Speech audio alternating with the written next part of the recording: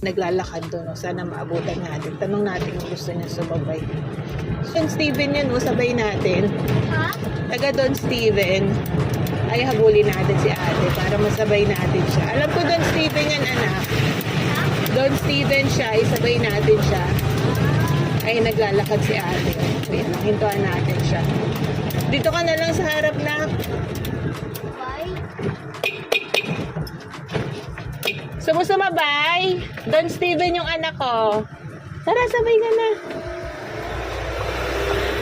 Sabay kita. Ayan, tara. Naulan. Don Steven din siya. Okay lang, kaya yan. Kasya yan. Tara na, sabay ka na. Ayun, may isasabay tayo si ate. Tumatawid siya. Ayan si ate. Tara. Dito ka na lang. Sige, dito ka na lang. Ayan. Sabayin tayo pa namang dala.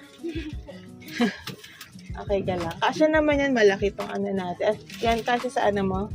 Sige, fold mo muna yung payong mo para ano. Teka, hazard ko lang muna. Okay ka na. Okay, sige.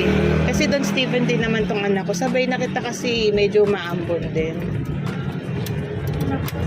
Taga saan ka ba? Taga saan ka? Ay, hindi, I mean dito sa ano, Camellia. Ah, okay.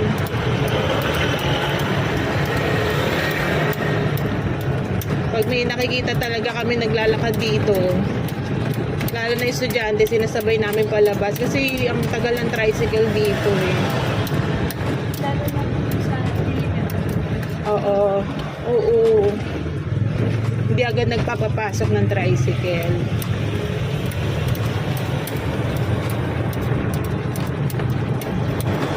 Hindi po, walang bayad. Libre lang yun, okay lang yun. Sige na, kasi nagsasabay naman kami pag ano. Libre lang to, miss. O, walang bayad. Sige na.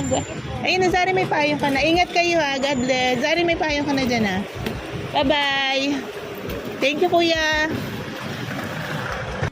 Ayan, na-drop na natin si Zari. Nagbabayad yung bata kanina sa akin. Magkano daw? Sabi ko, libre lang. Maliit na bagay.